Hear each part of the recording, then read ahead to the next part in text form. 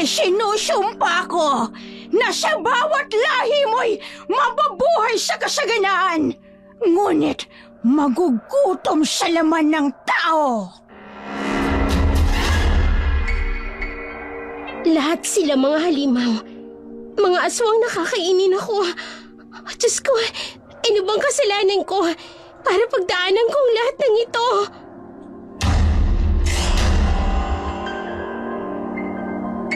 Hindi ko ipapain ang sarili ko sa lugar na alam kong dehado ako. Damay ang apo mo sa pagtanggi mo sa lahat ng gusto ko. Pagsisisihan nilang lahat ang kanilang mga kasalanan. Buhay ng lola mo ang nawala. Sa ating mga tagapakinig, kwento ito ng kanyang kaibigan. 30 taon na ang nakalilipas sa isang baryo ng Visayas. Ipinanganak ang dalagang si Gracia. Nang 17 na siya, napadpad siya sa payak na bayan ng San Martin. Ulila si Gracia, walang nakaalam kung saan siya galing. Tinawag siyang Binibining Grasa dahil sa pangalan niya at sa kanyang itsura. Madungis at gusgusing dalaga. Gabi ng mga oras na yun, sa dilim ng kalsada, tanging tunog ng mga kuliglig ang maririnig. Ang kalsada ay tila walang katapusan na paliligiran ito ng mga puno sa magkabilang panig. Para bang nagkakapit-bisig ang mga matataas at malalaking sanga. Nilililiman ang daan ng mga dahong tumatakip sa liwanag ng buwan. Sa paligid, nangingimbabaw ang ingay ng mga kuliglig. Kasama nito ang banayad na ihip ng hangin sa mga dahon na lumilika ng kakilakilabot na pakiramdam para kay Gracia na mag-isang naglalakad sa lugar na yun. Ang lamig naman dito. Nakatatakot pa ang dinaraanan ko. Nasaan na nga ba ako? Pakiramdam ko, ang layo na ng nilalakad ko. Sinabayan pa ng pagkalam ng sikmura ko. Ay, nagugutom na ako. Habulin niyo! Hindi pa yun nakalalayo! Teka, may mga taong papalapit. Parang may hinahabol sila. Bilisan niyo! Hindi pwedeng makatakas ang aswang na yun! Ano raw? Aswang? Ayun! May naglalakad! Habulin niyo! Teka, ako at ang hinahabol nila. Pero bakit pati ako nadamay? Ayun! Habulin niyo!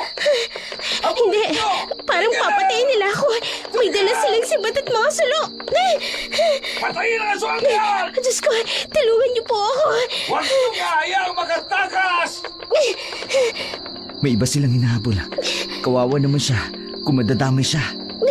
Huwag, pakiusapan. Kainis, wala na akong mapagpipilian kundi tulungan siya. Lika rito! Huwag kang maingay kung gusto mo pang mabuhay. Oo. Ayun! Ang bilis ang nakatakas! Listen! Hanapin ninyo sa unahan! Huwag niyong tatantalan!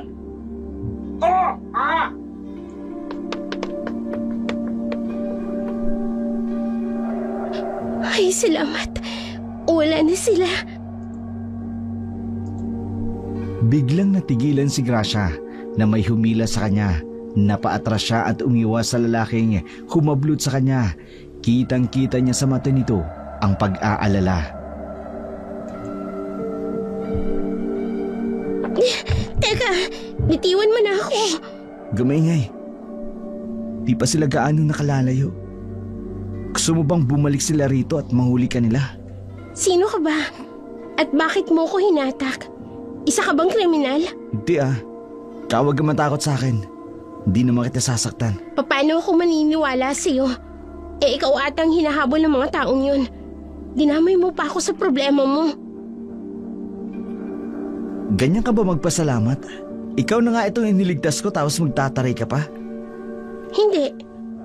Hindi ako dapat na magpasalamat sa'yo. Kaya ko ang sarili ko. Marco! Anak! Itay, Bakit nandito ka pa? Pinag-alala mo ko ha. Kanina pa ako nag-aantay sa'yo doon sa tagpuan natin. Tapos darat lang kitang may kaulayaw na babae rito. Sino ba yan? Nobya mo? Manong, hindi po. Nagkakamali po kayo ng iniisip. Hindi ko po siya kilala. Disgrasya lang po ang pagkikita naming dalawa. Ang totoo po niyan, iniligtas ko siya mula doon sa mga taong humahabol sa atin. Miss, nasaktan ka ba? Pagpasensya mo ng anak ko ha. Mukhang nadami ka sa gulo namin. Sino kayang dalagang ito? Ang kanyang mga matay parang may naaalala ako sa kanya. Ayos lang po ako. Sige po, aalis na po ako. Mukha namang nakalayo na sila. Tay, wag. Ano bang problema ng lalaking to? Bakit parang may gusto siyang sabihin? Iha, alam ko gusto mong makaalis ng ligtas at ayaw mong mas madamay pa sa gulong meron kami. Pero mas makabubuti sigurong sumama ka na lang muna sa aming pansamantala. Hindi maatim ng konsensya kung makita ka malalagay sa panganib. Mapagbabalingan ka pa ng galit nila sa amin. Ayos lang naman po ako. Wala kayong dapat na ipag-alala. Hihiwalay naman na po ako sa inyo ng daan. Siguro naman sa pagkakataong yun, hindi na nila ako paghihinalaan. Hindi. Sasama ka sa amin. Sa mga ganitong pagkakataon, buhay mo nakasalalay. Hindi ako papayag na mapahama ka dahil sa amin. Ganito na lang. Sumama ka na lang sa amin para makakain ka man lang at makabawi man lang kaming dalawa ng anak ko sa abalang nagawa niya sa'yo. Naku, hindi na po kailangan. Busog pa naman po ako. Pauwi na po talaga ako sa amin para matulog.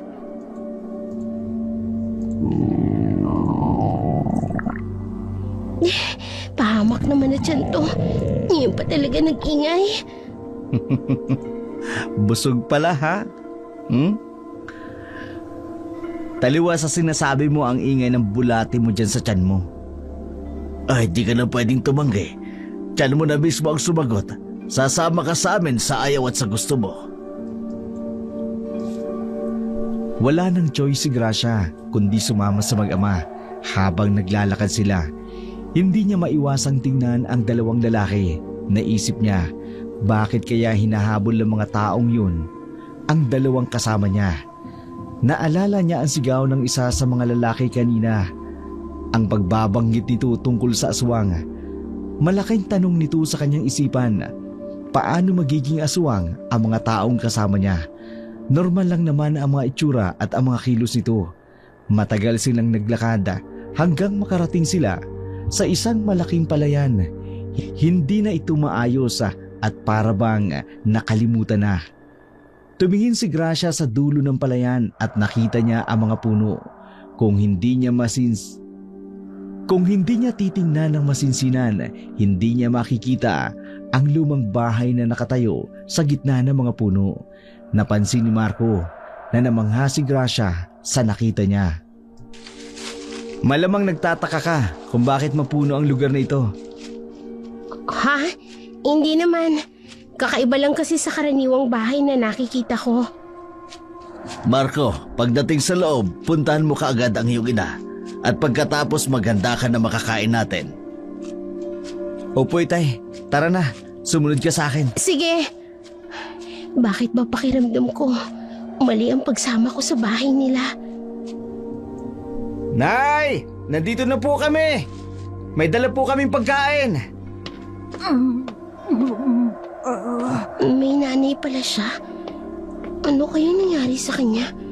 At nagkaganyan siya. Nagagawa nila itong iwang mag-isa? Mabuti hindi ito natatakot. Nay, may bisita po tayo. Kaya lang, huwag ka masyadong makulit ha. Baka bigla siyang umalis. Makulit? Paano mangungulit ang isang tulad niyang imbalido na hindi makakilos? Mukhang may sakit pa nga oh. Pagpasensyahan mo na ang nanay ko ha. Ganyan lang yan. Pero hindi naman yung asikasuhin yan. Gawin mo na lang kung anong gusto mong gawin. Siya na rin bahala sa sarili niya. Pwede ba yun? Mukhang may sakit siya tapos Hindi man lang nila inaasikaso. Maupo ka muna dyan, miss. Ah. Nako, kanina ka pa namin kasama pero hanggang ngayon, hindi pa rin tayo ganap na magkakilala. Ako nga pala si Marco. Ikaw, anong pangalan mo? Gracia, iyon na lang ang itawag mo sa akin. Gracia. Bakit yun yung pangalan mo? Dahil ba sa itsura mo? Siguro. Kawawa ka naman. Pinangalanan ka ng ibang mga tao dahil sa itsura mo. Para namang hindi bagay sa'yo. Biglang nahiya si Gracia sa kanyang sarili. Ngayon lang niya naalala ang kanyang itsura. Sa kabila ng tensyon, pagkamangha at pagkagutom, hindi niya na naisip na pwedeng mandiri sa kanya ang mga kasama niya. Pero sa halip na layuan siya, isinama pa siya sa bahay ng mga ito. Marco! Silipin mo nga kung may tubig sa batya natin sa banyo. Kung wala mag-igib ka sa balon. Para saan po itay? Gagamit ka ba ng banyo? Hindi. Pero ang dalagang kasama natin ang gagamit. Iha! Halika, sumunod ka sa akin. Pumili ka ng mga bestida rito sa kwarto ng asawa ko. Maliit lang naman ang bulas ng katawan mo. Malamang magkakasya sa'yo ang mga damit. Nako, wag na po. Hindi naman po ako magtatagal sa bahay ninyo. Sa tingin mo kaya papayagan ka ni inay na humiga na lang sa higaan ng ganyang karumi ang tsura mo? Sumunod ka sa akin mamaya sa likod bahay. Pagkatapos mo makuha ang mabibihisan mo, maglinis ka ng katawan mo. Maya-maya, magpapahinga na tayo. Nakakaya naman. Pero siguro nga, dapat na akong maglinis ng katawan ko. Ilang araw na rin akong hindi komportable sa sarili ko. Huwag kang mahiya sa bahay namin. Isipin mo na lang na kapamilya ka namin. Po? Sige na, kilos na. Kanina pa Hindi ka pa nakakaalis. Sige na. Nang makasabay ka na sa amin sa paghahapunan. Totoo ba ito? Makakaligo, makakakain at makakatulog ako sa isang bahay na tulad nito? Bakit? Hindi ba sila nag-aalangan na magpatira dito ng isang estrangherang tulad ko? Natigilan ka na dyan. Bakit hindi ka pa kumikilos? Wala. Hindi lang ako sigurado kung tama bang magtagal ako rito sa inyo. Narinig mo naman siguro si Itay. Ibig lang sabihin noon gusto kanyang pansamantalang manuluyan rito sa amin. Pati nga ako nagulat Bira niya magpatuloy ng ibang tao rito sa bahay. Bakit iha? Ayaw mo ba? Hindi naman po sa ganon. Hindi lang po talaga ako makapaniwala. May ibang tao pa palang pwedeng tumanggap sa akin. Oo naman. Bakit naman hindi? Isa pa, nag-aalala kasi ako sa isang katulad mong babae na kung pababayaan kitang magpagala-gala sa kawalan, baka mapahama ka pa. Ano nga uling pangalan mo? Gracia po ang pangalan niya, Itay. Gracia. Simula sa araw na ito, Grace na ang itatawag sa'yo. Ayos lang ba? Grace o Gracia, kayo pong bahala. Wala naman pong halos pagkakaibang dalawa. Sige. Simula sa araw na ito, dito ka na sa amin titira. Ituring mo sarili mong bahay ang bahay na ito at kung may problema, huwag kang mag-aatubiling lapitan ako. Hindi makapaniwala si Gracia sa lahat ng narinig niya. Natutuwa siya sa isipin na aampunin siya ng pamilyang iyon. Hindi man direktang sabi ni Mang Agosto, pero pakiramdam niya may matatawag na siyang tahanan at pamilya. Pagkatapos niya maglinis at magpalit ng damit, nakisalo na siya sa hapunan. Naging panatag ang loob niya sa pamilyang iyon. Nagkwentuhan, nagtawanan sila. Hindi nila napansin ang mga oras. 10:00 na pala ng gabi. Nagtungo si Mang Agosto sa silid ng asawa niya. Si Marco naman, inihatid si Gracia sa silid na katabi nito. Dito nagbilin ang binata kay Gracia ng isang bagay na ikagugulat niya. Marco, salamat sa mainit na pagtanggap niyo sa akin. Hindi ko may paliwanag ang sayang nararamdaman ko. Sigurado ka bang panatag kang makikitira rito sa amin? Oo naman. Ngayon ko lang mararanasan na magkaroon ng isang tinatawag na pamilya. Tinatawag pala yan, no? Sige.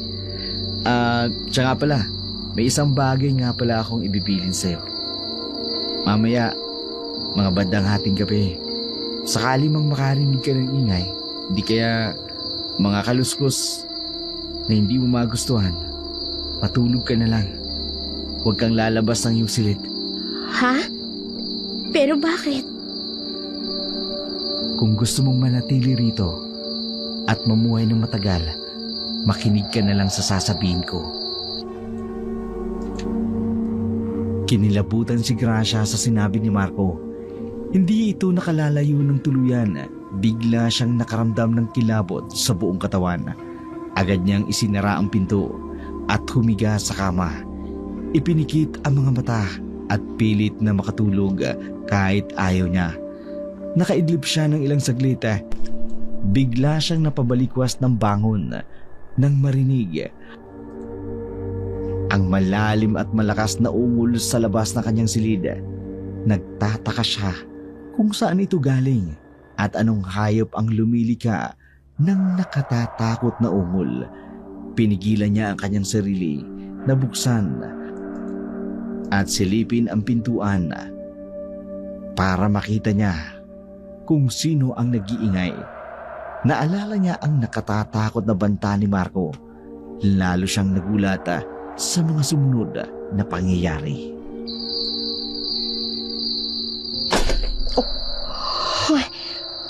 Ano yun? Parang may bukong bumagsak.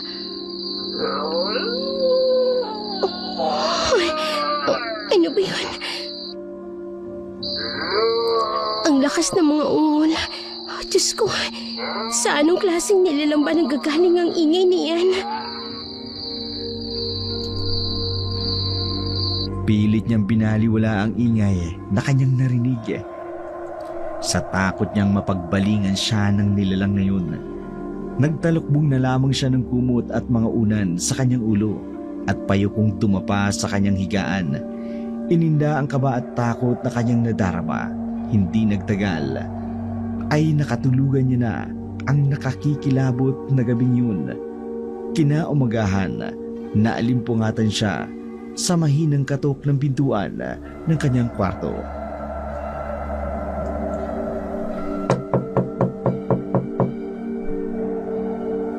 Grace! Gising na, umaga na! Oo, andyan na. Totoo kaya yung nangyari kagabi?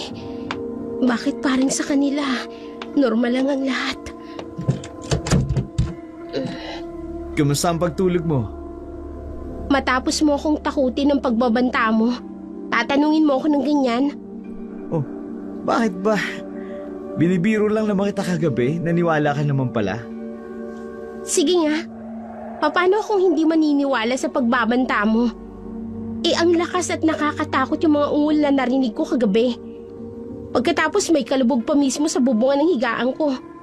Ipaliwanag mo nga sa akin kung ano ang mga kalabog na yun. Nakarinig ka talaga ng ganon? Oo. Tapos ipapaliwanag ko, hindi ko nga narinig. Wala yun, guni-guni mo lang yun lahat. Binibiro lang talaga kita kagabi. Paano kasi itinanim mo sa isip mo kaya yun? Kung anong narinig mo kagabi. At ginawa mo pa talaga akong sinungaling. Marco! Anak!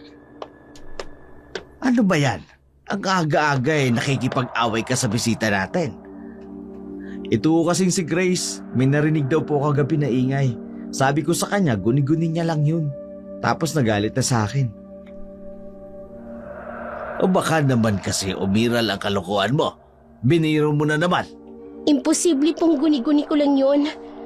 Iyong kalabog po sa bubong ng kwarto. Hindi po biro ang bigat ng pagkakabagsak niya. Kung ako sa'yo, Iha, pumunta ka na sa kusina. Kakain na tayo at abalahin mo na lang ang sarili mo sa ibang gawain dito sa bahay. Huwag ka nang masyadong magtuon ng pansin sa kung ano-ano mang kababalakang narinig mo. Pero, Ops, huwag ka na makulit. Makinig ka na lang kasi kay tatay. opo. Bakit ba pakiramdam ko? Nagiging sunod-sunuran na lang ako rito. Hindi na ako makakilos nang walang nagdidikta sa akin. Tama pa ba itong pananatili ko rito? Ay, nakakainis. Mukhang pinagsisisihan ko na ang pagtira ko sa pamamahay nila. Umalis na ang mag-ama sa bahay. Tanging silang dalawa lamang na matandang may sakit ang naiwan. Maayos naman ang lahat sa una. Tulog lang ang matanda habang si Gracia naman inaabala ang sarili sa mga gawaing bahay para hindi siya mainip. Nagpapahinga siya sa sala nang bumaling ang tingin niya sa pinakadulong kaliwang bahagi ng bahay. Napansin niya ang lumang kurtina. Malaki ang pagkakaiba sa ibang kurtina ng bahay. Hindi siya nakatiis na lapitan ito. Akma niyang hahawiin ang kurtina nang bigla siyang makarinig ng boses sa di kalayuan. Lumayo ka rita! Sino yung nagsalita? Saan nanggaling ang boses na yun? Ako lang naman at ang matandang naririto. Imposible naman na siya yung nagsalita. May sakit siya at hirap na magsalita. Sino yan? May ibang tao bang naririto?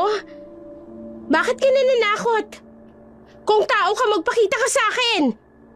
Imbis na tumugon ang boses na narinig niya, kalabog mula sa likod ng kurtina ang kanyang narinig. Dito siya nagpakaripas ng takbo. Tinungo niya ang babaeng nakahiga sa upuan. Lalong dumagdag sa kilabot niya nang bigla itong lumingon sa kanya. Alis! Oh.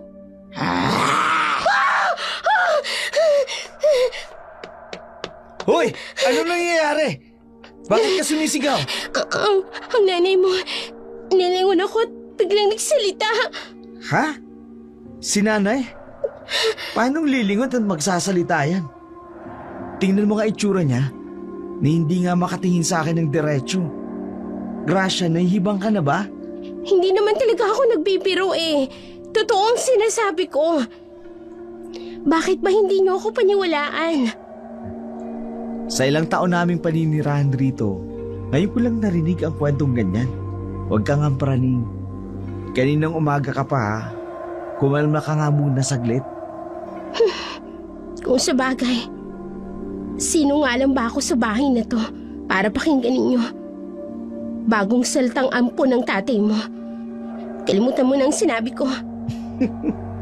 Ito naman kung makapagtampo, wagas. Kalma lang.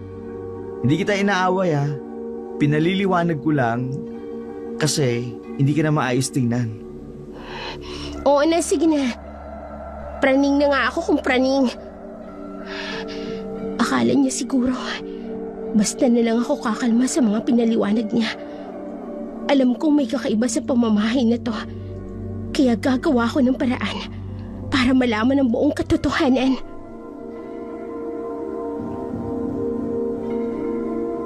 Inakala ni Marco na hindi na muling makikialam si Gracia sa mga kakaibang bagay na napansin niya sa kanilang bahay.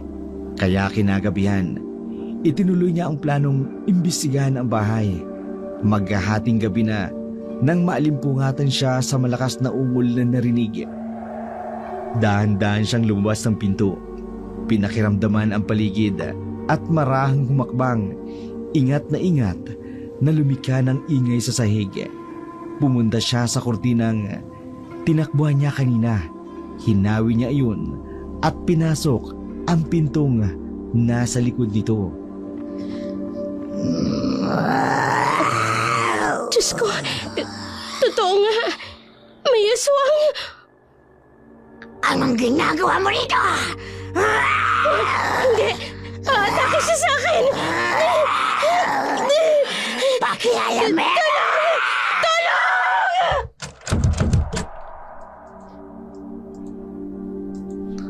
Takot na takot siyang lumabas ng silid. Hinila niya ang pinto at pinipigil na mabuksan ng nilalang ang hawak niyang pinto. Pero malakas ang nilalang. Tuluyan itong nahila at nabuksan ang pinto. Napaupo na lamang siya sa sahig. Paatras siyang lumayo sa papalapit na halimaw. Nanginginig ang tuhod at ang buong katawan na pinipilit na makatayo. Desperada siyang makatakas sa aswang na nasa harapan niya. Mawa ka sa akin! Huwag mo ko sasaktan! Umalis ka rito! Tulong! Tulong! Tumigil ka! Napapasok ako sa asin! Umalis na rito. Bumalik ka na sa lungga mo!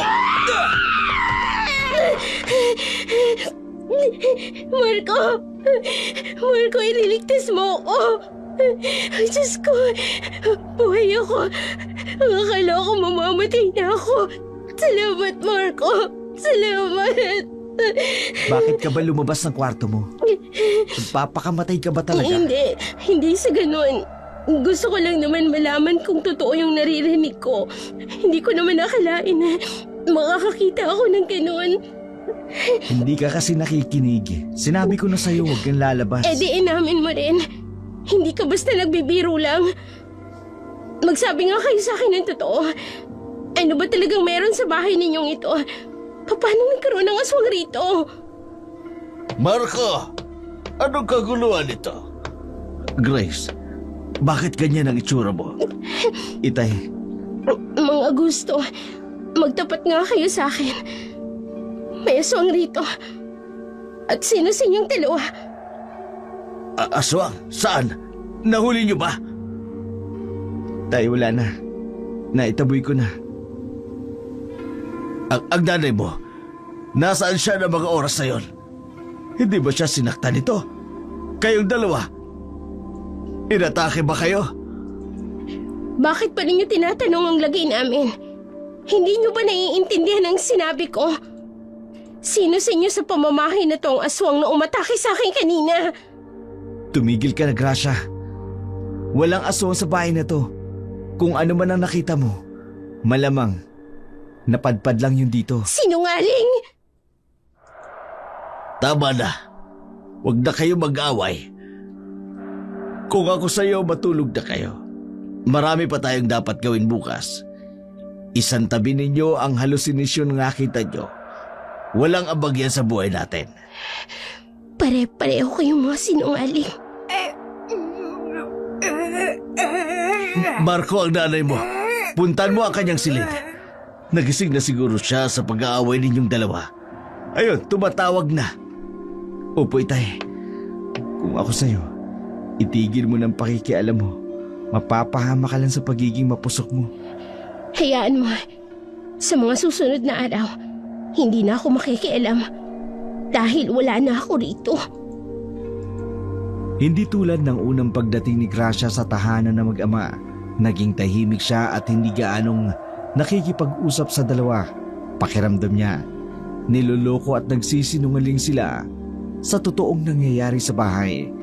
Kaya sa mga nakalipas na araw, para hindi mainip sa maghapon, inubos niya ang oras sa mga gawaing bahay at paglabas-labas sa bakuran.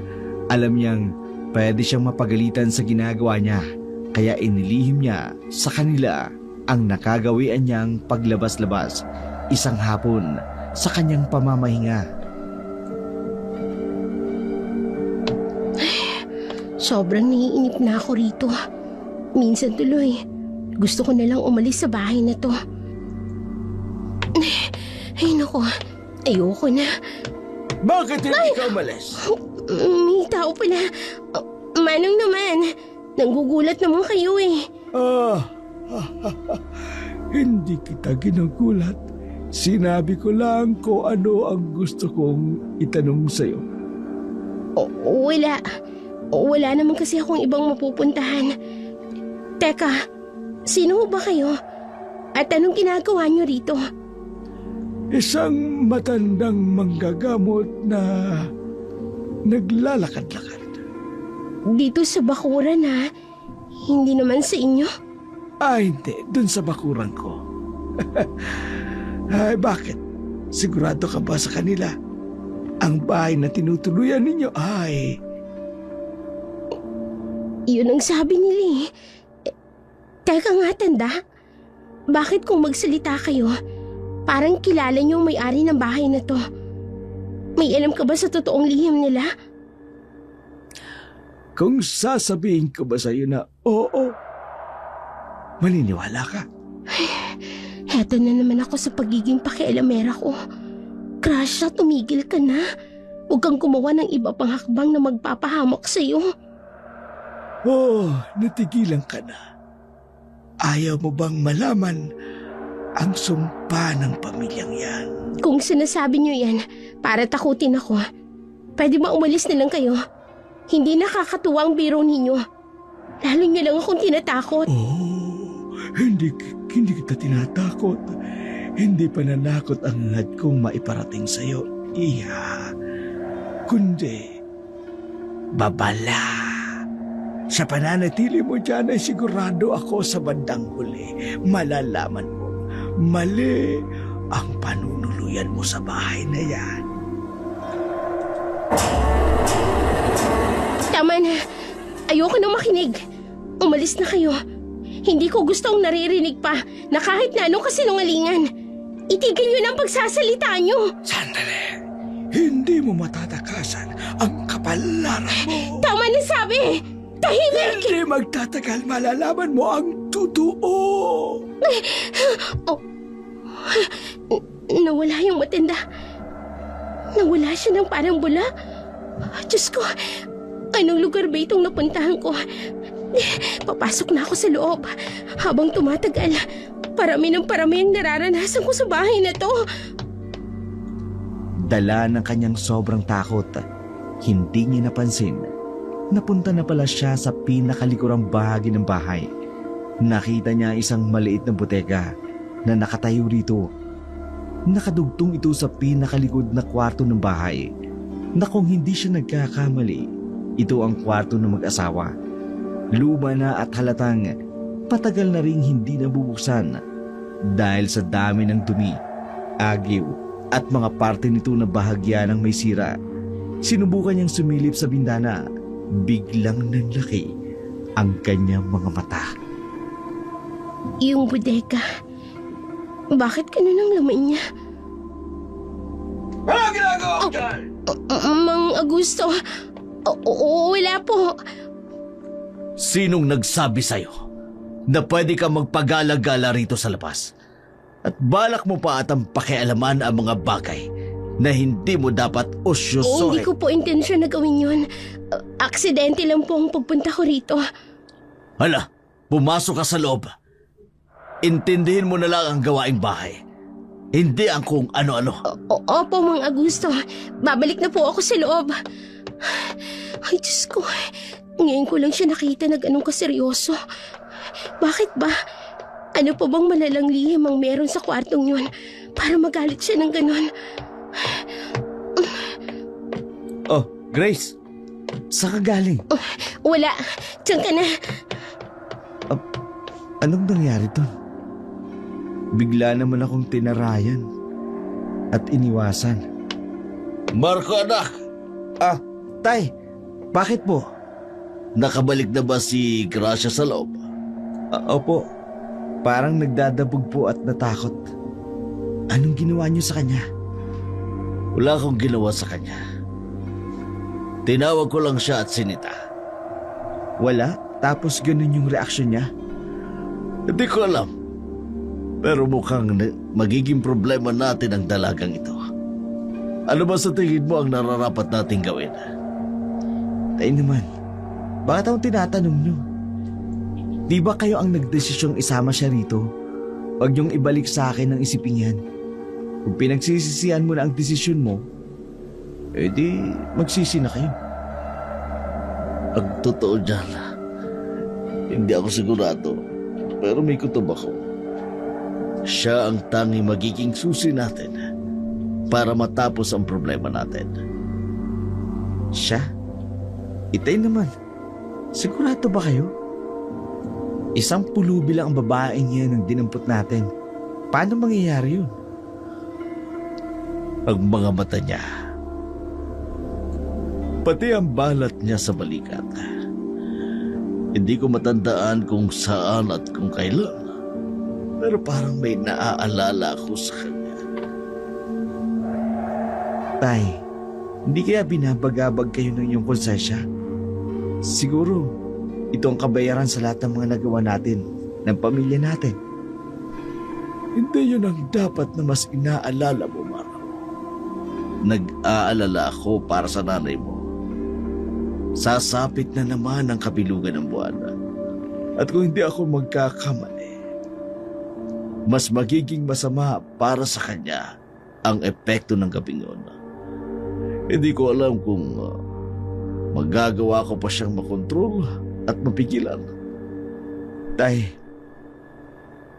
hanggang kailan ba natin daranasin to? Nahihirapan na ako mamuhay sa kadiliman. Sobrang tagal na. Parehas lamang tayo, anak. Parehas lang tayo.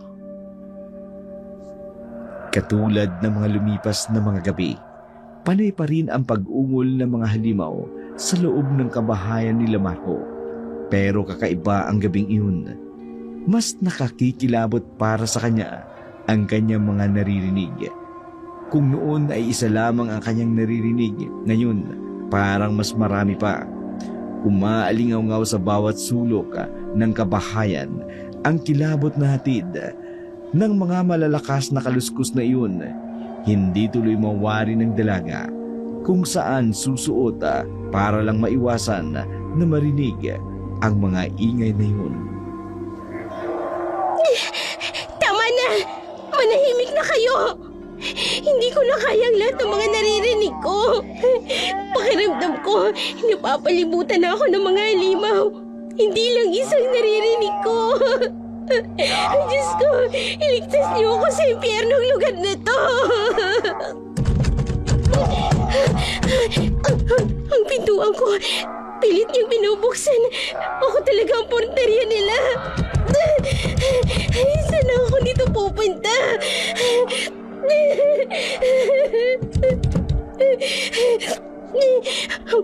Sa bintana, yun na lang ang natatanging daan na pwede kong pagpili ang daanan. Hindi! Nakapasok na siya! Ayoko magpapahuli sa'yo! Ayoko maging pagkain mo! Mabilis ang pagkilos ni Gracia. Hindi niya na itinuloy ang pagtaka sa bintana. Umiwas na lamang siya sa pag-atake ng aswang at tumakbo sa may pintuan. Tumalili sa maliit na siwang sa gilid. Nagalusan pa ang binti at braso niya ng mga kahoy na nabuhal sa sirang pintuan.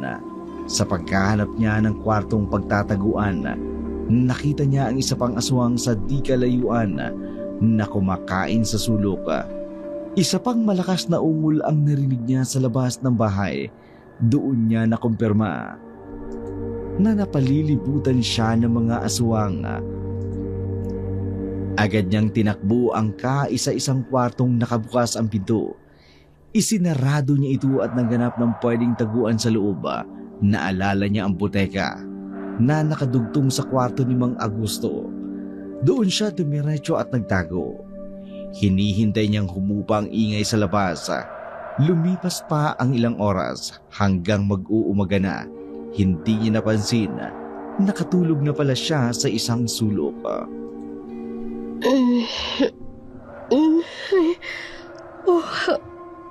Umaga na ba? Siguro madaling araw pa lang. Medyo maliwanag na ang langit. Mukhang sisikat na din ang araw. Parang ang tahimik ng paligid. Umalis na kaya sila? O di kaya nakabalik na sa dati? Hindi ko na talaga kaya magtagal pa sa pamamahay na to. Lahat sila, mga halimaw, mga aswang nakakainin ako. Diyos ko, ano bang kasalanan ko para pagdaanan ko ang lahat ng ito?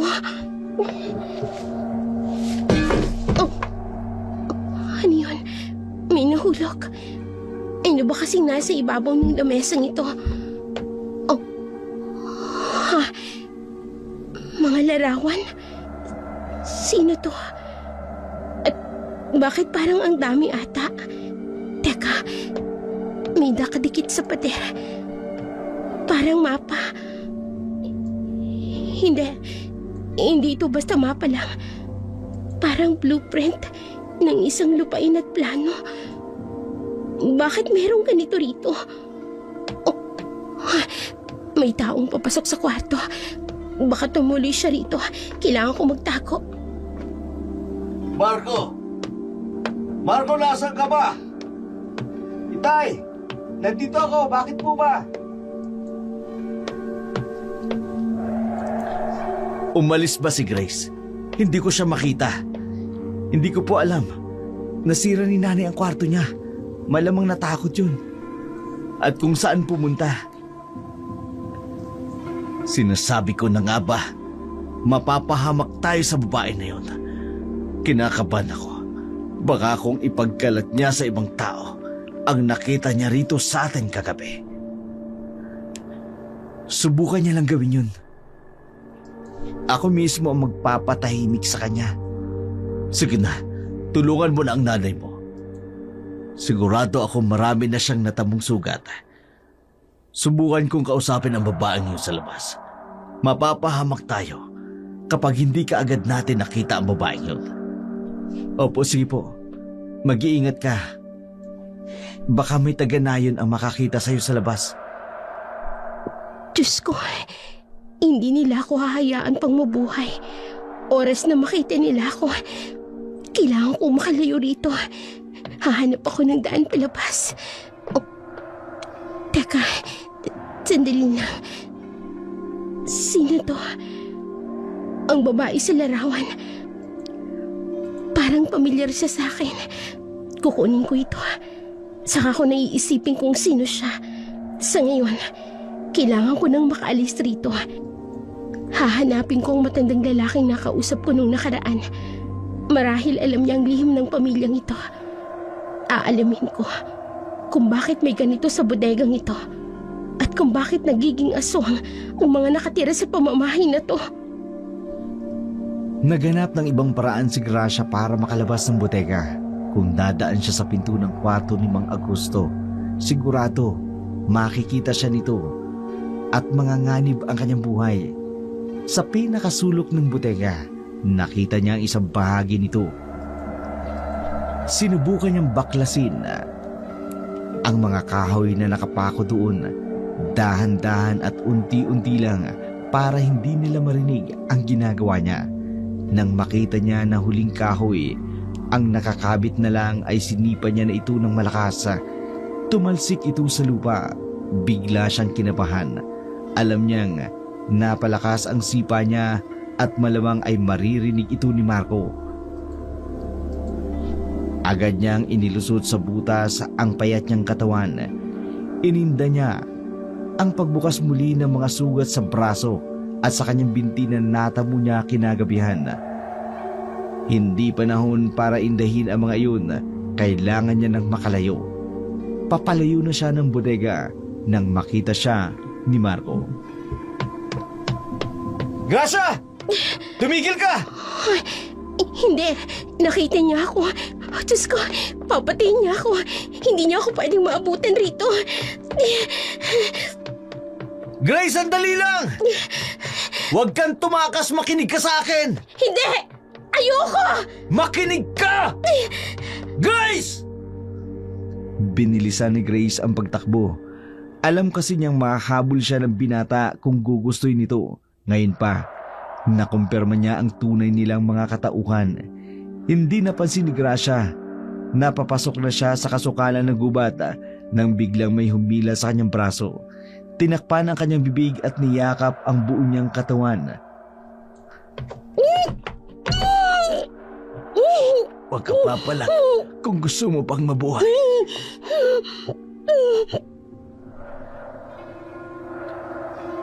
Grace! Magpakita ka sa akin!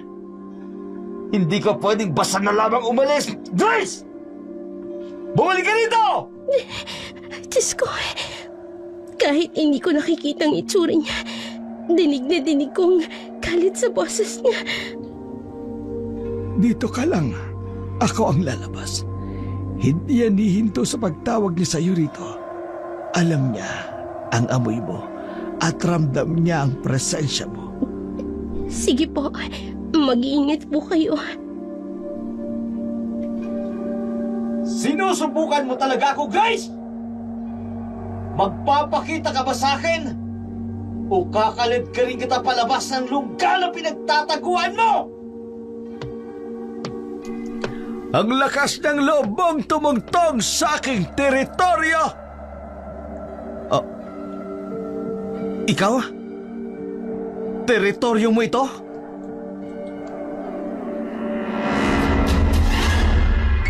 Oo! Teritoryo ko nga ito. Bakit bigla kang nagulat? Hindi mo ramdam kung maling lugar nga ang tinatapakan mo? Nakakainis. Hindi ko man lang naramdaman ang teritoryo pala ito ng matandang ito. Kinilabutan talaga ako sa presensya niya. At ano ang pakay mo rito? Hindi ka basta pupunta rito nang walang dahilan. Pasensya na po. May hinahanap lang akong tao. Nagawi lang siya rito.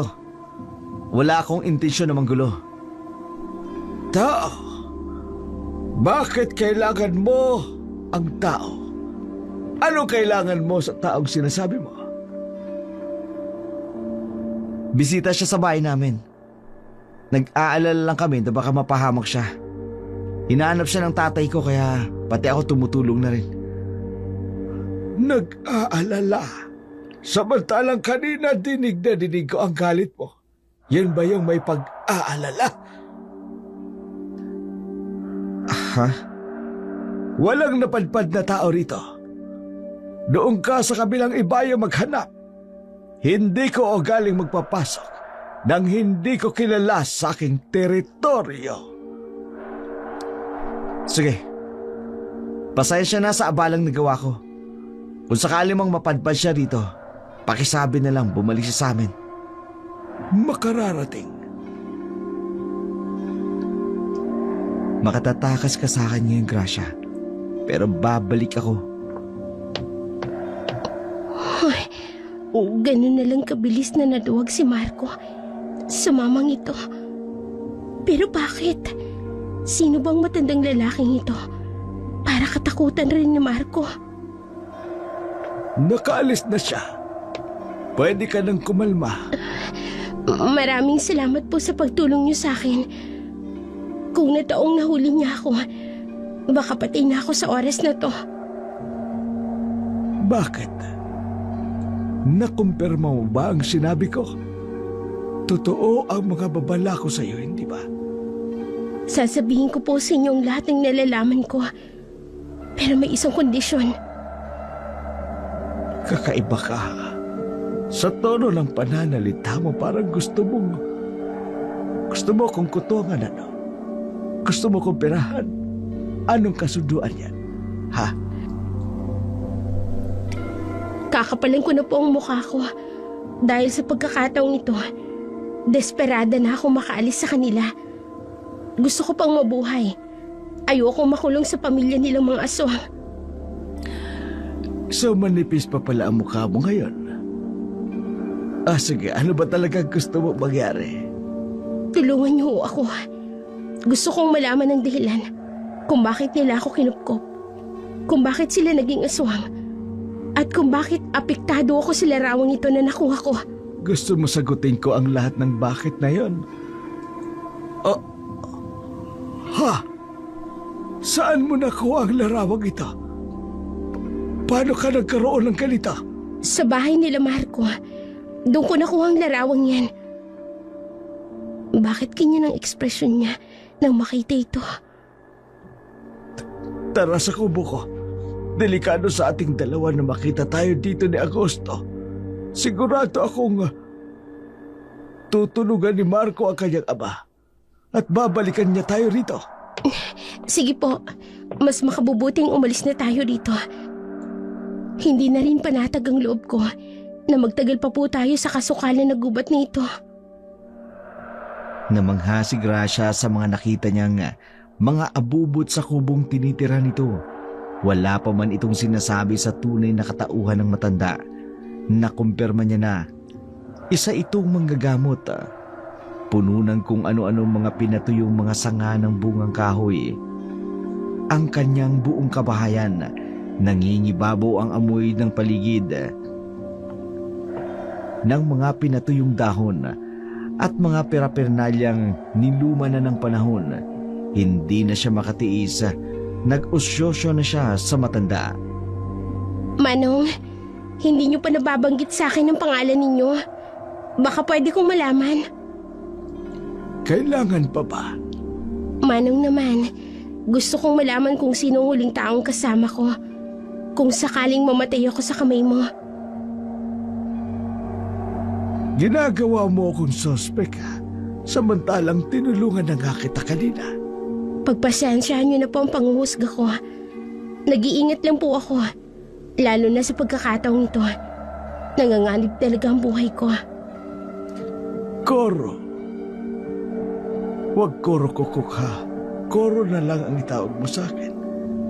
Manong Koro, may tanong ako. Nakita ko ang larawang nasa poste. Kamukha po ninyo. Kayo po ba yung nasa larawan? Kamukha ko. Tingnan mo nga kung ako talaga. Oo naman. Yung katabi niyo po, sino siya? Alam mo, masyado kang marites din ano. Marami kang napapansin. Ang mabuti pa kumain ka na lang muna. Sigurado akong nagugutom ka na rin. Hindi pa nga ba't mas tumakas ka sa kanila kagabi pa? Opo. Sige. Pagkatapos ay magpahinga ka muna. Sige po. Bakit pakiramdam ko? Umiiwas si Manong na pag-usapan ng larawang yon. Hindi kaya may masamang nangyari sa babaeng kasama niya. Kaya ayaw niya itong pag-usapan. Yung babae sa litrato. Parang pamilyar sa akin. Nakita ko na siya kung saan. Hindi ko lang sigurado kung kailan yun. Alam ko may umaandar sa isip niya. May tamang pagkakataon para sa mga bagay na gumugulo sa iyo. Kung ako sa iyo, hayaan mo na munang makapagpahinga ang katawan mo at isipin. Baka hindi mo kayanin o hindi kayanin ng katawan mo ang lahat ng malalaman.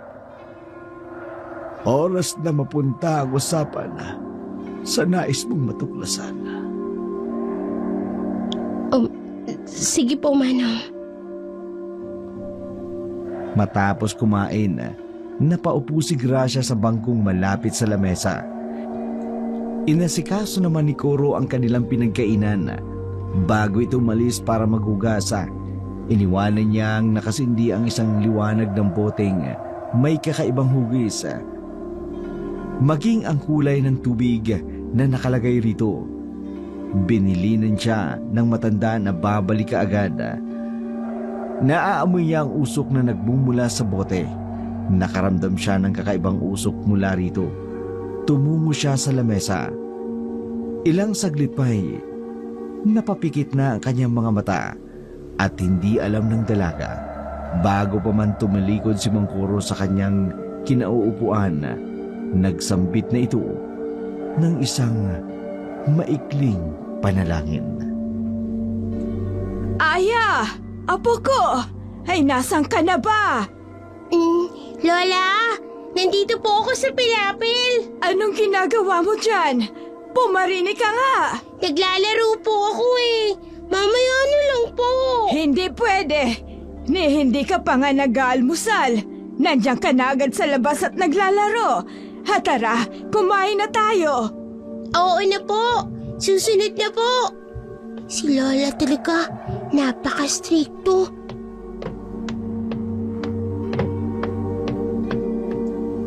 Sibag! Sibag! Koro! Ay, ano bang problema? Bakit ba humahangos ka? Sibag, halika rito. May importante akong sasabihin sa'yo. Lola, niligpit ko na po yung mga laruan ko. Kakain na po ako. Aya, pumasok ka na sa kusina. Nakahanda ng pagkain mo. Kumain ka na lang mag-isa at may pag-uusapan kami ng tiyo Koro mo. Opo. Ang kulo naman ni Lola. Sabi niya kakain na kami. Tapos ngayon, pagsusuluhin niya ako. Kumikilos na ang pamilya Quezon. Binibili nila ang lahat ng lupain rito sa San Martin. Ikaw ba'y nakausap na nila? Hindi. At wala akong balak na makipag-usap sa kanila. Kung bibigyan ka ng ganito, papayag ka ba? Ano yan? Suhol? Ha, Koro, bakit ka may hawak niyan? At kailan ka pa naging bayarang tao ng pamilyang yan? Ito'y tulong raw. At kung sakaling pumayag ka, personal ka na lang nakakausapin. Kakausapin o tatakutin? Magsabi ka nga sa akin ng totoo. Nagpapagamit ka na ba sa mga taong yon? Nasaan ang dignidad mo, ha, Koro? Ibinenta mo na ba pati kaluluwa mo sa kanila, ha? Hindi. Ano sa tingin mong ginagawa mo? Koro naman, kung may halaga pa sa'yo ang pagkakaibigan natin, o di kaya naman ang pagiging guro ko sa'yo, itigil mo na yung ginagawa mo at isauli mo na sa kanila ang perang binigay nila sa'yo. Patawarin mo ko ha. Hindi ako nakapag-isip ng tama. Hayaan mo gagawin ko ang sinasabi mo. At meron pa akong isang babala sa'yo. Kalat na sa bayan ng patayan at pagbabanta sa mga may-ari ng lupain dito sa San Martin. At meron akong kutob na ito'y kagagawa ng pamilyang yan. Kaya ngayon pa lang, sinasabi ko na sa'yo, dadana kang dugo rito sa ating bayan at hinding-hindi ako papayag na mangyari to. Teka, anong gagawin mo? Huwag mong sabihin na kikilos ka na mag-isa. Si Mang, mapapahamak ka. Paano kung mahuli ka nila at baka kung may gawin silang hindi maganda sa iyo? Kung mapapahamak ka, paano ang apo mo? Anong gusto mong gawin ko? Manahimik lang sa tabi at hahayaan sila sa gusto nilang mangyari? Kararating lang nila rito sa San Martin. Pero kung umasta sila, ay parang sila nang nagmamay-ari ng buong bayan. Kaya nga si Banga, huwag ka nang makialam. Hayaan na lang natin ang otoridad ang kumilos. Hindi titigil ang pamilyang Guanzon na makuha ang lahat ng lupain dito. Nabili na nila ang halos kalahati ng lupain sa San Martin at ang isusunod nila, ang lupain ko. Ikaw ba? Naibenta mo na rin ba ang lupa mo?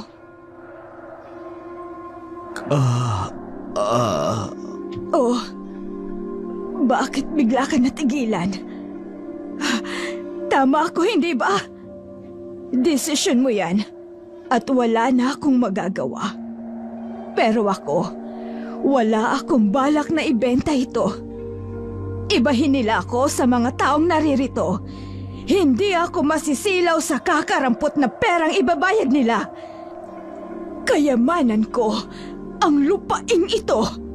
At sa apo ko lamang mapupunta ang pag-aari kong ito.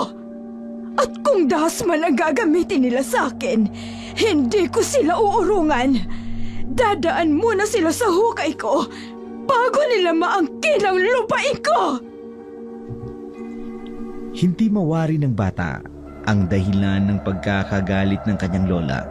Ito ang kauna-unahang pagkakataon na nakita niya itong magalit. Matapos mag-usap ang dalawa, sumunod na si Simang sa hapagkainan at sinabayan ang apong tahimik na kumakain. Ngumiti pa ito sa kanya. Siya rin namang tugon nito. Doon ay lalong nanindigan si Simang na hindi ito magpapaapekto sa paninindak ng pamilya Guason. Samantala, sa natitirang kubo ni Mang Coro, nagtalo sina Agosto at si Coro. Tutol ako sa lahat ng pinaggagawa niyo sa akin. Kung gusto niyo kumbinsin ang iba na makataga rito, kayo mismo ang gumawa. Ganun na lang ba, Coro? Tatalikod ka sa napag-usapan natin?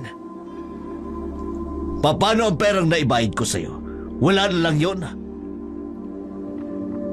Pera ba ang hanap mo? Heto! Ibinabalik ko na sa'yo. Hindi ko ginasos ang lahat ng ibinayad mo. Itatabi ko para kung sakali magka-problema, hindi ako mahihirapang maibalik yan sa'yo. Bakit ba biglang nagbago ang isip mo? Dahil dignidad ko ang pinag-uusapan rito. Tama nga si Simang. Hindi ako dapat nagpauto sa inyo. At sa Simang na yun ka nagpauto? Malaking pera itong sinayang mo. Mabibili nito ang lahat ng luho mo sa buhay. Pero ipinagbalik mo dahil lang sa panunulsol sa'yo ng isang matanda lang. Tinatawag mo siyang isang matanda lang? Oo, isang matandang hukluban na hindi alam ang kahulugan ng pag-unlad at pagbabago. Kinukulong ang sarili sa makalubang panahon. Mabubulok na lang ang katawan ninyo. Hindi man lang kayo nakararanas ng karangyaan. Ang matandang yun, walang pangarap sa buhay. Matandang yon? Bastos ka! Halika nga rito, bitiwan mo ko! Dito tayo! Ha? Halika rito! Ano ba? Bitiwan mo ko! Ikaw, pwede mo akong matayin. Laitin at kahit murahin ako. Pero mukhang nagkamali ka bastusin si Simang sa harapan ko. Hindi siya basta matanda lang sa layo na ito. Kaya kung ako sa'yo, maghinay-hinay ka sa pananalita mo. Baka makita mo ang hinahanap mo. Hindi ako natatakot sa inyo. Bitiwan mo ko! Wag ninyo kaming susubukan. Kaming taga-nayon ang makakalaban mo. Oras na sagarin ninyo ang aming pasensya. Sana lang magsilbing babala sa inyo ang sinabi ko. Huwag ninyong hangaring danasin ninyo ang isang bagay na pagsisisihan nyo habang buhay. Diyan ka na!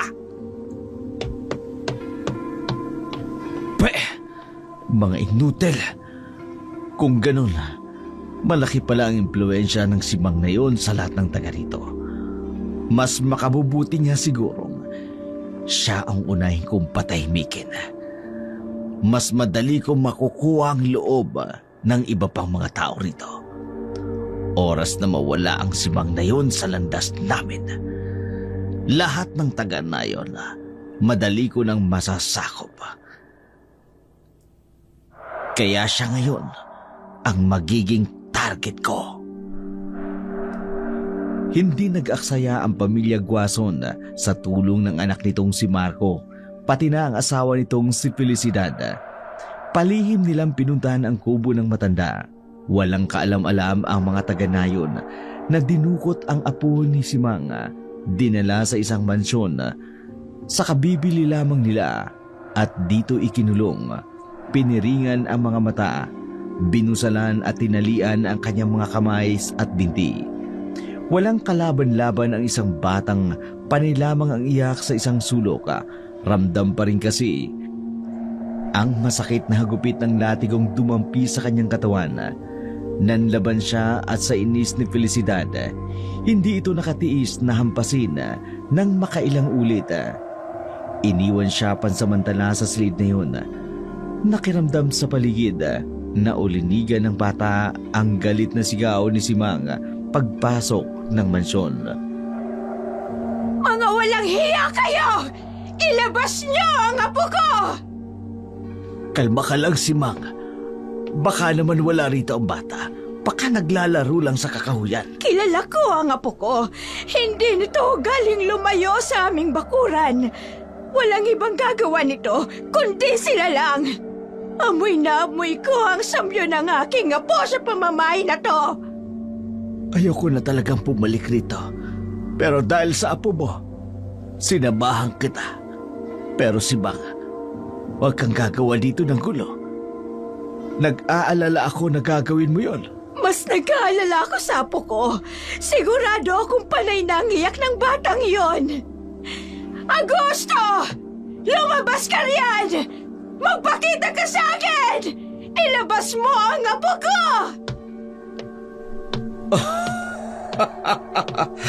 Uy, talagang sinadya mo ko rito.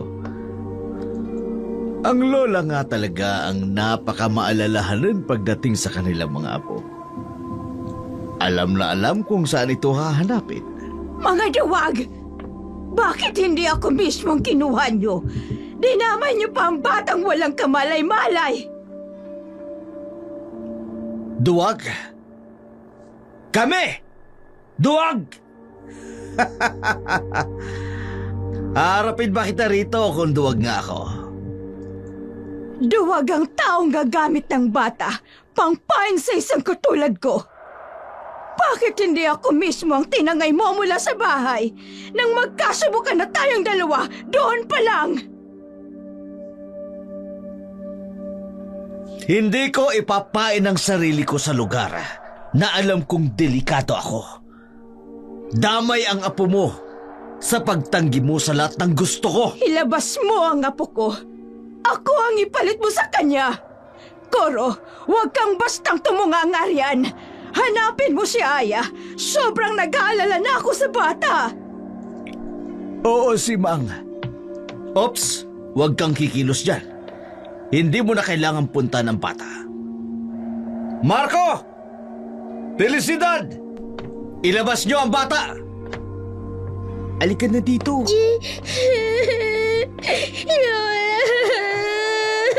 Diyos ko, anong ginawa niyo sa apo ko?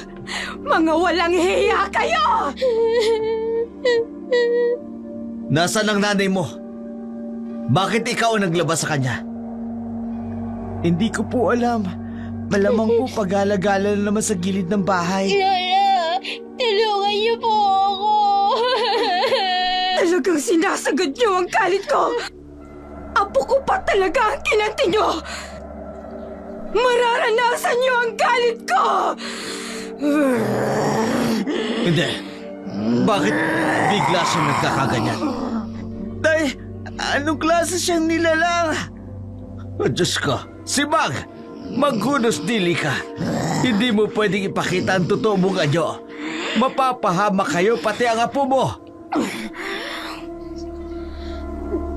Wala akong mapagpipilian. Hindi ko makontrol ang galit ko sa mga taong ito. Marco, kumilos ka na. Mamamatay ka kung wala tayong gagawin. Pero paano? Wala akong alam sa ganito. Koro, ilayo mo na rito ang apo ko. Oo, Aya, takbo! Bitiwan niyo po ako. Lola! Aray ko, tinapakan ako. Bumalik ka rito. Halika rito! Bisit, ang bilis niyong nakalapit. Aray, hindi ako makahinga. Binalaan ko na kayo. Huwag na huwag niyong gagalitin ang isang katulad ko! Mawawala na ako ng hininga. Tatapusin ko na kayo para hindi na niyo makuha ang lupain dito sa San Martin. Sakim kayo sa kayamanan at sa ari-arian ng mga taong tulad namin. Wala kayong awa. Sarili niyo lang ang iniisip niyo. katapusan na namin. Mamamatay na kayong dalawa! Tama na yan! Masama ang ginagawa mo! Si Bang, sinasaway ka na ng apo mo. Itigil mo na yan. Umalis na tayo. Umalis na kayo! Iwan niyo na ako! Tatapusin ko pa ang kaibangan ng pamilyang ito! Iwan niyo na ako! Ayokong makita ng apo ko ang lahat ng ginagawa ko! Itay!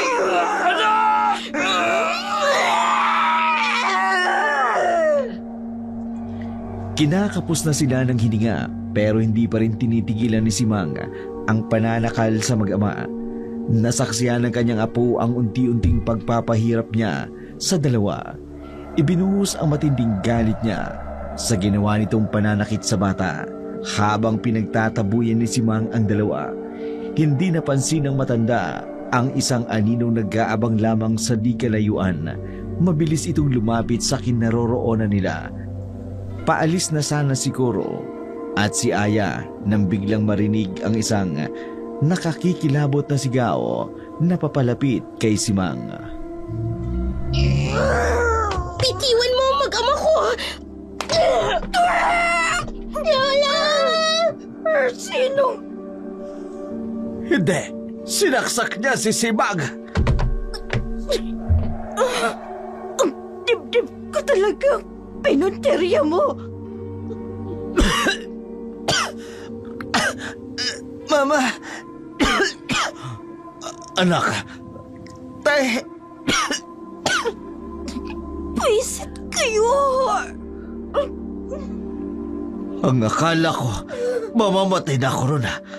Ang galing mong tumaiming. Felicidad. Tapusin mo na siya. Lalo lang tayong mahihirapan kung patatagalin mo pa. Tay, ano gagawin mo? Kanina ko pa dapat ginamit ito. Masyado lang kasi ako nagpakampante. Simang! Ano bang hinihintay niyo? Umalis na kayo! Lola! Tutulungan ka po namin!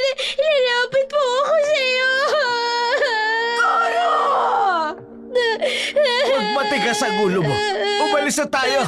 Mas lalong magagalit ang lola mo kapag lalapit tayo sa kanya. Tayo na! Halika na! Halika na! Masdan mo ang pinakamamahal mo. Kahit sa uling pagkakataon. Kung hindi man, magsabi ka na ng huling habilin mo. Mamaya lang mamamatay ka na.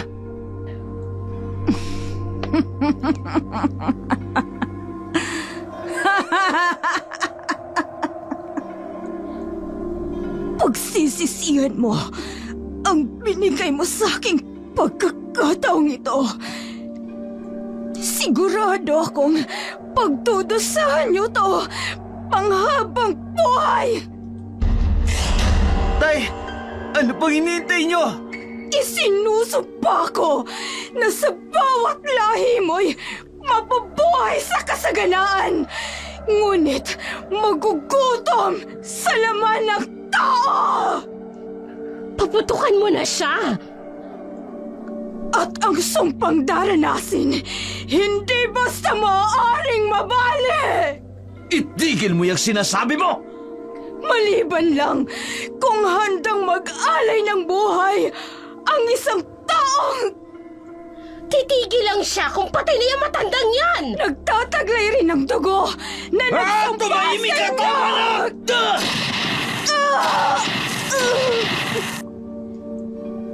Magaganap ito sa unang kabilugan ng buwan. Tapos ka na! Mapapasakin ang lupain ng mga taga San Martin! Ito na ang simulain ng kalbaryo ninyo.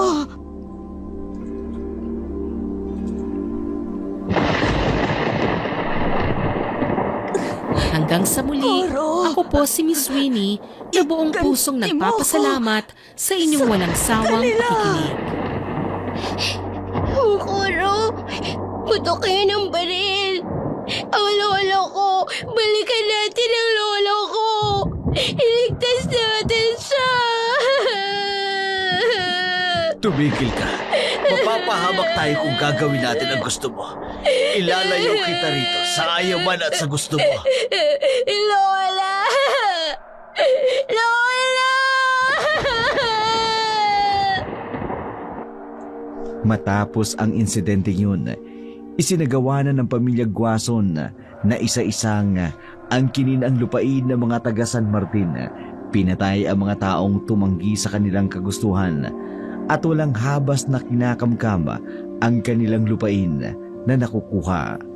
Naging masaya sila sa kanilang tagumpay, pero kapalit ng lahat ng kanilang nagawa ay ang pagsasakatuparan ng sumpa. Sa unang kabilugan ng buwan, nagsimula ang kalbaryo ng pamilya. Parang umaalingaw-ngaw sa kapaligiran ni Gracia ang hinagpis ng mga taong pinahihirapan nila Agosto. Maging ang nakatatakot na pagsambit ni Simang ng sumpa sa pamilya. Hindi napigilan na mapaiyak ng husto ni Gracia sa kanyang pagkakatulog. Lalong muli na naalala niya ang sinapit ng matandang si Simang. Lola! Gracia, Iha! Iha, gumising ka! Gracia! Mungkuro, Ayos ka lang ba? Bakit umiiyak ka? Anong nangyari sa'yo? Mungkuro, panaginip. Isang napakasamang panaginip. Oo. Narinig ko lang na umiiyak ka. Bakit ba? Pero parang totoong lahat ng mga nakita ko. Bigla rin bumalik ang mga alaala ko. Ngayon ko na mas naiintindihan ang lahat. Kung bakit bigla kong naisip kunin ang larawang ito. Dahil kilala ko siya. Kilalang kilala ko ang matandang babaeng nasa larawang ito. Ha? Anong... Hindi kita maintindihan. Ano bang sinasabi mo? Bago ko ipaliwanag, sagutin niyo muna ang tanong ko. Kilala niyo rin ba ang babaeng ito? Itong nasa larawan. At ang larawan ng babaeng kasama niyo sa nakasabit sa inyong poste. Iisa lang ba sila? Akin na. Ipaliliwanag ko sa'yo. Saan mo nga ito nakuha? Nakuha ko ito sa bodega ng pinagtataguan ko nung magkagulo sa bahay ni na Marco. At may iba pang kasamang larawang ito doon sa bodega. Kahilera ito ng blueprint ng lupa at malaking mapa ng San Martin. Magsabi ka sa akin ng totoo. Anong pangalan mo? Ang totoo niyan, hindi ko na po maalala. Dahil sa pagiging palaboy-laboy ko, nakasanayan ko na lang ang pagtawag nila sa akin na Gracia.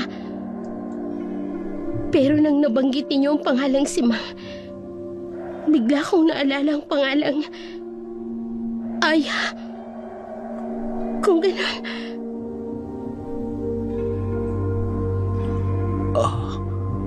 Diyos ko. Aya? Ikaw nga ba yan? Hindi ako makapaniwala. ako po si Aya. At lola kong nasa litratong ito. Oo, ikaw nga. Akala ko'y patay ka na dahil bigla kang nawala. Hinanap kita kung saan-saan. Saan ka ba nagpunta? Mangkuro, hindi ko na gaanong matandaan. Ang tanging naaalala ko, nung lumayas ako sa iyong kubo, bigla akong dinukot at dinala ko sa kabundukan. Simula noon, nagpalaboy-laboy na ako sa kung saan-saan. Hanggang sinapadpad ako sa isang nayon. At doon ako napulot ng mag-amang Augusto at Marco. At dinala ko rito sa San Martin. Salamat sa Diyos at nakita na kita. Si Mang. Salamat. Kasama ko na ang apo mo. Wala ka nang dapat ipag-alala. Mangkuro, May gusto po akong malaman. Bakit may ekis ang larawan ni Lola? Pati ang mga larawang ng mga taong naroroon sa bodega. Anong ibig sabihin nito? Anong kaugnayan ng larawang yun sa blueprint ng mapa na nakita ko sa kwartong yun? Kung ganun, natuklasan mo na ang matagal na lihim ng pamilya Quazon. Yan ang mga taong napaslang nila. At ang mga ari-ari ang nakuha nila mula sa napatay nila. Naalala ko na. Rinig ko ang putok ng baril ng gabing yun. Patawarin mo ko, Aya. Kung hindi natin nagawang balikan noon ang lola mo, ngayon natagpuan na kita. Pwede na natin silang singilin sa lahat ng ginawa nila kay Sibang. Matagal ko nang hinintay ang pagkakataong ito. Panahon na para maipaghiganti natin ang pagkamatay ng lola mo. Handa ka na ba, Aya? Teka, sandali. Maghihiganti? Paano maghihiganti? Gaganti. Sa lahat ng kaapihang ginawa nila sa inyo. Sa pagpatay sa lola mo. Oo nga pala. Sa sumpang binitiwan ng lola mo sa kanila, ikaw ang kakailanganin nila para mawala ang sumpa sa kanilang katauhan. Kaya tiyakong gagamitin kanilang sakripisyo. Kung ganun, paano tayo maghihiganti, Mang Kuro? Ikaw na rin ang may sabi na ako rin ang kakailanganin nila para mawala ang sumpa sa kanila. Paano mo ako gagamitin para makapaghiganti? Ipinangako ko sa bangkay ng iyong lola na ibabalik ko sa lahat ang mga taga San Martin ang lahat ng lupang nakuha nila. Ikaw rin mismo ang gagamitin ko para pagsisihan nila ang lahat ng kanilang mga kasalanan. Buhay ng lola mo ang nawala. Buhay rin nila ang magiging kapalit. Anong plano ninyo? Paano natin gagawin? Wala kang ibang gagawin kundi sumunod na lang sa ipaggagawa ko sa iyo. Pero Mang Kuro, Wala ng pero-pero. Para ito sa lola mo at para sa lahat ng taga-nayo ng San Martin. Wala siyang nagawa kahit tutulman ang kalooban niya sa gustong mangyari ni Kuro sa pamilya Quazon. Hindi niya alam ang buong plano ng matanda. Ang tanging sabi lamang nito sa kanya, maghintay sa kanyang pagtawag. Lalabas siya at kusang magpapakita sa pamilya. Samantala, tuliro ang pamilya Quazon habang tumatagal. Palala ng palala ang lagay ni Felicidad. Dahilan para maging desperado si Agosto na makitang muli si Gracia. Pagkawalan niya ako! Gutom na ako!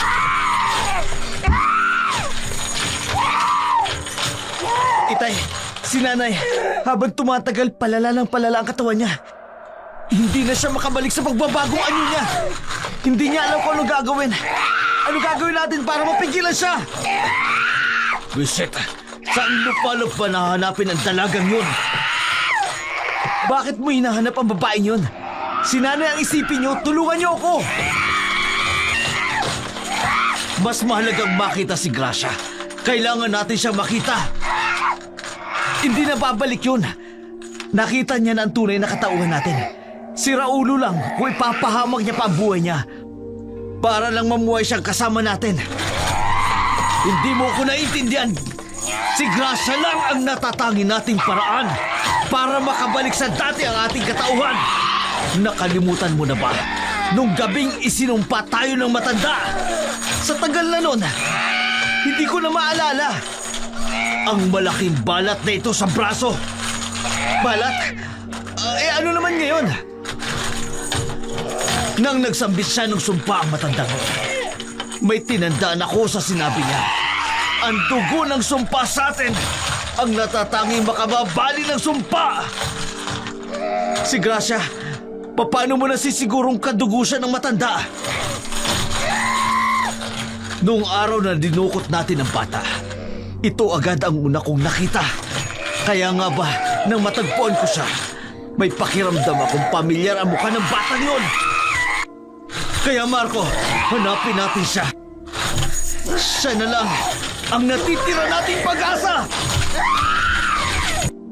Kabilugan na ng buwan, nagsisimula ng kumilos si Kuro sa di kalayuan. Mag-isang naghahanda ng kanyang ritual. Inobserbahan ang mga tao sa loob ng kabahayan habang patuloy na nagwawala si Felicidad sa loob ng kwarto nito. Siya namang pagbitiw ni Kuro ng malulutong na halakak sa di kalayuan. Lumitaw ito sa kanilang harapan, kasabay ng pag-usok ng botelyang ikinalat niya sa paligid ng kabahayan.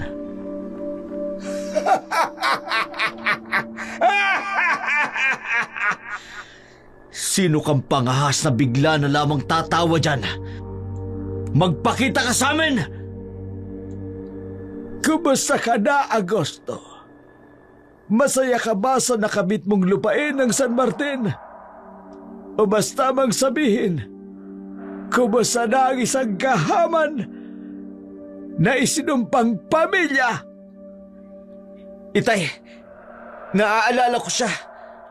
Siya yung walang kwentang bayaran na nagpautos sa matandang mangkukulam. Oo, ikaw nga. Ikaw nga si Koro, hindi ba? Ngayon pa lang binabati na kita. My condolences. Condolence? Manahimik ka. Itay, sira na ang ulo ng matandang yan. Ang lakas ng loob niyang magpakita sa atin. Anong masamang hangin ang nagdala sa'yo rito? Wala akong natatanda ang tinawag o pinahanap kita. Anong kailangan mo? Hindi na dapat ganyan ang itinatanong mo sa akin. Dapat ay ano ang magagawa ko sa inyo? Sino ka? Para tanungin ko ng mga bagay na yan. Kung noon kang inuutusan kitang bilhin ang lahat ng tao, hindi mo nagawa. Ngayon pa kaya na hindi na kita kailangan? Gusto mong malaman? Aya! Lumapit ka rito! Kakaibang ikinikilos ni Mang Koro. Pakiramdam ko, may mali sa pagsang-ayon ko sa lahat ng balak niya. Itay! Si Gracia kasama niya! Ang babaeng yan, paano siyang napunta sa'yo? Ibigay mo siya sa amin. Wala siyang kaugnayan sa'yo! At lalong wala siyang kaugnayan sa inyo. Mang Koro, anong ginagawa niyo? Bakit niyo ako tinututukan ng punyal? Itay! Iligtas natin si Gracia! Huwag itigil mo yan! Hindi niyo pwedeng saktan si Gracia. Hindi na kami makababalik sa dati naming katauhan. Kung mamamatay siya, ilayo mo ang patalim sa kanya! Natatandaan niyo pala ang sinabi ni Sibang. Mahalaga para sa inyo ang buhay ng babaeng ito. Mang Koro, ano ba talagang nangyayari? Wala sa usapan natin na ganito ang gagawin mo. Bakit mas nagiging mapanganib ako sa poder mo kaysa sa kanila? Manahimik ka! Hindi ba sabi ko sa'yo? Sumunod ka lang sa lahat ng sinasabi ko. Ayoko na. Nagbago ng isip ko. Pabago-bago ng isip! Hindi pwede! Subukan mong pumalag. Babaon sa liig mo ang punyal na hawak ko! Ano ba talagang gusto mong mangyari? Bakit pati si Gracia dinadamay mo rito? Gracia! Mag-iingat ka! Hindi ko alam kung ano talagang tumatakbo sa isipan ng matandang yan. Pakawalan mo ko. Sinungaling ka. Tama na! Manahimik kaya! Itay, Nababaliw na ang matandang yan. Kung hindi ako nagkakamali, papatay niya tayong lahat. Ano? Ano ba? Bitiwan mo ako, Mangkuro. Pumayag ako sa gusto mong paghihigante. Pero bakit pati ako isasama mong papaslangin? Nililinlang mo ko. Gracia o Aya, kahit ano pang tawag nila sa'yo, isa lang ang katotohanan. Wala akong mapapala sa paghihiganti ko para sa lola mo. Patawarin mo ko. Pero bigla akong nagising sa katotohanan. Mas makikinabang ako kung mawawala kayong lahat sa landas ko. Naalala kong hawak na nga pala nila ang halos lahat ng lupain ng San Martin. Kung mawawala kayo pati ang babaeng ito, ako ang bagong magmamayari sa buong San Martin. At tungkol naman sa iyo, Aya, hindi ako makukonsensya sa pagkamatay ng lola mo. Lalo na kapag nawala ka. Mawawalang saysay rin naman ang buhay mo. Oras na mamatay ka. O mapatay ka ng pamilyang ito. Nababaliw ka na, Mangkuro. Inakala ko mabuti kang tao. Isa ka nga talagang oportunista. Tama lang na nawala ako sa poder mo nung namatay ang lola ko. Baka kung ano pang nagawa mo sa akin. Lalo pat naturuan ka ni lola ng kanyang pangkukulam. Matagal bago ako natauhan. Ilang taon akong naging sunod-sunuran sa lola mo. Inakalang mabibigyan ng kaalaman sa lahat ng kakayahang meron siya. Naging isa ako sa tapat niyang mga mag-aaral. Pero wala rin namang nangyari. Yung hinahangad kong kaalaman, abilidad at kapangyarihan, nawala na parang bula. Kung alam ko lang na gano'n ang magyayari, sana noon pa'y kinuha ko na sa kanyang aklat niya. Pero huli na ang lahat. Sinunog na mga guwanson ang iyong kubo. At wala akong napakinabangan kahit na isa. Sa'yo ko dapat ibubunto ng galit ko. Pagbalik ko sa aking bahay, naglayas ka. Kaya nga kahit man lang sa'yo, wala akong napala. Kinasusuklaman kita. Isa kang impostor. Huwag ka sabing pumalag. Pare-pareho kayong mawawala sa landas ka. Itay, si Gracia! Gumilo si Gracia na walang takot na hawakan ang braso ng matanda at nakipambuno para lamang makawala sa kanya. Si Marco at Augusto naman kumilos na rin. Hinawakan ni Marco ang punyal. Habang nasa likod naman ni Kuro si Augusto, malakas ang matanda pero hindi nagpatinag ang dalawa. Sa pagkakataong ito, nakapagdesisyon ang dalaga. Pipiliin niyang kumampi sa pamilya Guanzon, lalo pat nasa bingit na rin siya ng kamatayan sa poder ni Mang Kuro. Hindi makapaniwala si Gracia sa mga nangyari. Ngayon niya napatunayang mahirap pagtiwala sa mga tao. Hindi mo man alam kung sino ang totoo at kung sino ang mismong papatay sa iyo. Nakawala si Gracia pero kapwa rin nakipambuno si Kuro sa mag-ama. Sa pagpupumilit ni Marco na maagaw ang patalim, bigla na lamang pwersahang bumaon ito sa kanyang tagiliran. Bigla na lang natigilan si Gracia sa pagkabagsak ng katawan ni Marco. Ang tagiliran ko.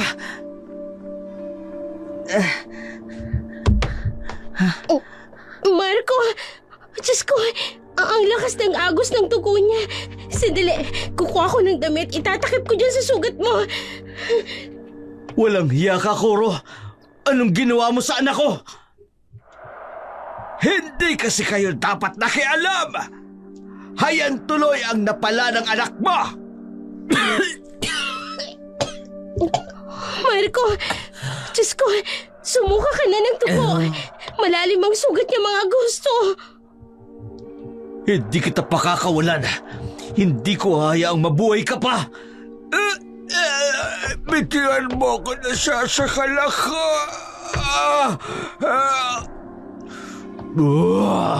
Matagal ako nang pigil na hindi kumain ng lamang loob ng tao.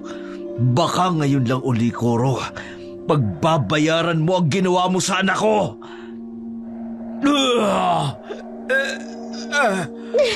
Mga gusto!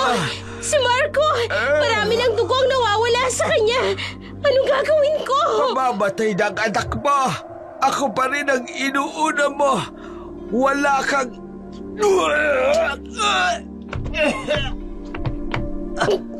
Diyos ko! Kinagat niya si Mangkuro!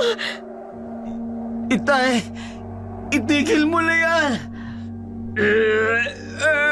Pakiusan tama na. Awawa ka sa akin. Hindi ka dapat kawaan. Sinaktan mo ang anak ko. Tay, tama na. Papatayin talaga kita.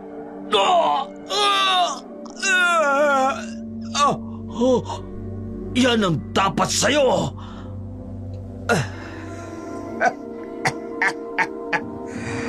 Kamangha-mangha talaga ang kapangyarihan ni si Manga. Walang kupas ang taglay niyang abilidad.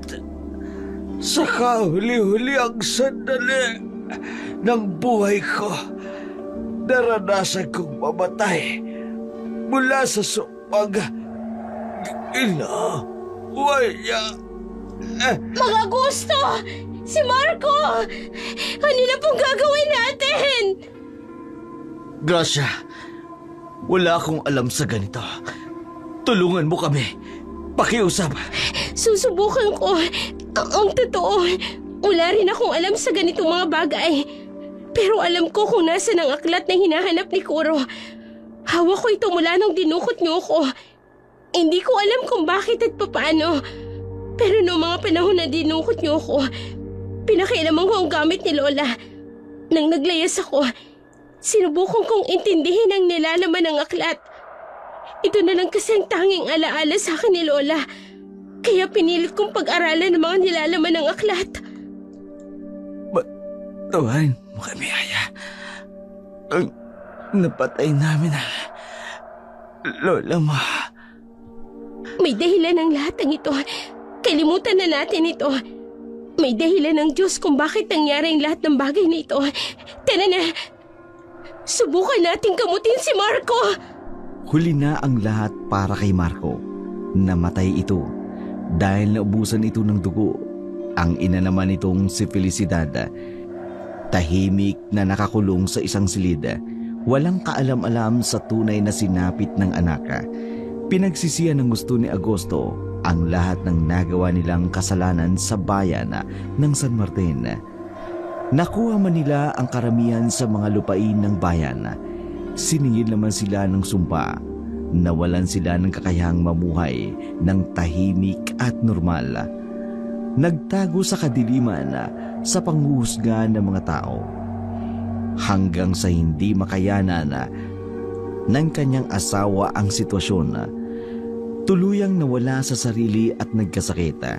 Walang kasiguraduhan noon si Aya na mababali niya ang sumpang iginawad sa kanila ng lola nito, pero sa pamamagitan ng isang paalala.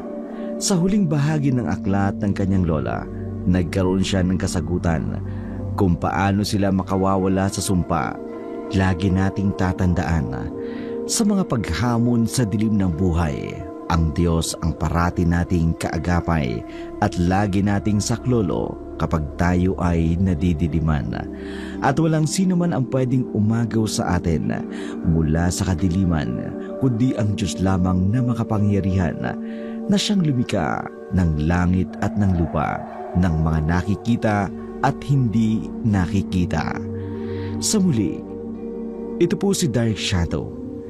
At sa buong team ng Oragon Creator, kami po ay buong pusong nagpapasalamat sa inyong walang sawang pagsubaybay. Maraming salamat po dahil sinamahan nyo kami hanggang sa maabot namin ang 100,000 subscriber ng ating YouTube channel na Dark Shadow 101. Kami po mula sa aming mga manunulat, sa aming mga editor, at sa lahat po ng mga drama talent. Kami po ay buong pusong nagpapasalamat at nag-aanyaya na laging pakinggan, mag-share, mag-like, at i-click na rin ang notification bell para updated kayo sa mga bagong video na aming i-upload. Maraming salamat po.